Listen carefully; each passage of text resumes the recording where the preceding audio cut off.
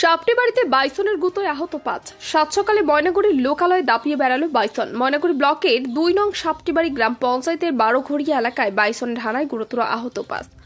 ঘটনায় ব্যাপক চাঞ্চল্য ছড়ালো এলাকায়। রবিবার সকাল ৮টা নাগাদ স্থানীয় সূত্রে জানা যায়, সাত সকালে ২টি বাইসন লোকালয়ে দাপিয়ে বেড়ায়। স্থানীয়রা গরু বাঁধতে গেলে তাদের নজরে আসে বাইসন। এলাকাবাসীদের নজরে আসতেই ব্যাপক আতঙ্ক ছড়ায় সাপটিবাড়ি এলাকায়। বাইসন দেখতে উৎসাহী হয়ে বহু মানুষ জড়ো হয়।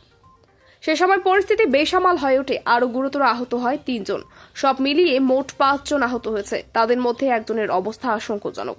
স্থানীয় সূত্রে জানা গেছে, আহতদের উদ্ধার করে জলপাইগুড়ি সুপার স্পেশালিটি হাসপাতালে নিয়ে যাওয়া হয়েছে। বর্তমানে তারা চিকিৎসাধীন।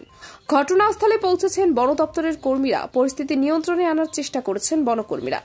প্রাথমিকভাবে অনুমান, পাশেই গরুমারা জঙ্গল, সেখান থেকেই বাইসন দুটি লোকালয়ে ঢুকিয়ে পড়ে। বন দপ্তর সূত্রে জানানো হয়েছে, বাইসন দুটিকে জঙ্গলে ফেরানোর চেষ্টা চলছে এবং প্রয়োজনে ব্যবস্থা নেওয়া হচ্ছে। সূত্রে খবর, নিউজ 24 বাংলা। এই সকাল 7টা। কটা ছিল বাইসন?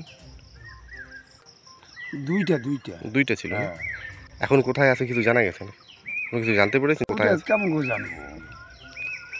তা শুনলাম যে 2 জনকে নাকি আহত করেছে। ওই তো 12 দুইটা লোক আহত করেছে। মানে সকালবেলা দমুখাতেই দেখা গেছিল নাকি? হ্যাঁ, এই দিক দিয়ে নদী পার আমরা দেখিনি, আমার পাশের লোক দেখতে। কি মানে কোনো ক্যামেরা করেছিলেন? ক্যামেরা করে ভিডিও করে রাখছিল? সেটাও জানতে পারছি না। কি নাম আপনার? ওই তো মঙ্গলা রায়। এই এলাকারই বাসিন্দা আপনি না? হ্যাঁ।